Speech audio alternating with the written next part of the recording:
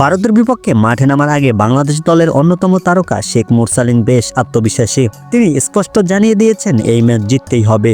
এমনকি সুনীল ছেত্রীর অবসর ভেঙে ফেরা নিয়েও বড় মন্তব্য করলেন।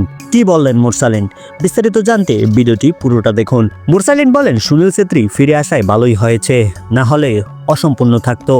আমরা ভারতের বিপক্ষে খেলতে পুরোপুরি প্রস্তুত। এবার আমরা বেশ আগেভাগেই প্রস্তুতি শুরু করেছি এবং আমাদের এই ম্যাচটি জিততেই হবে। সুনীল ছেত্রীর মতো কিংবদন্তি ফেরাটা ভারতীয় দলে নিঃসন্দেহে বড় প্রভাব ফেলবে। কিন্তু মুরসালিনের বক্তব্য স্পষ্ট, বাংলাদেশ দল পিছিয়ে নেই। এই ম্যাচে তারা দারুণ আত্মবিশ্বাসী। বাংলাদেশ বনাম ভারতের ফুটবল লড়াই সবসময় উত্তেজনাপূর্ণ হয়ে থাকে। এবার কি বাংলাদেশ ভারতের বিপক্ষে জয় তুলে নিতে পারবে, নাকি ছেত্রীর প্রত্যাবর্তনে ভারত এগিয়ে থাকবে?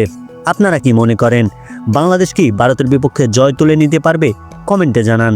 ভিডিওটি ভালো লাগলে লাইক, শেয়ার ও সাবস্ক্রাইব করুন, কারণ আমরা নিয়ে আসছি আরও এক্সক্লুসিভ ফুটবল আপডেট।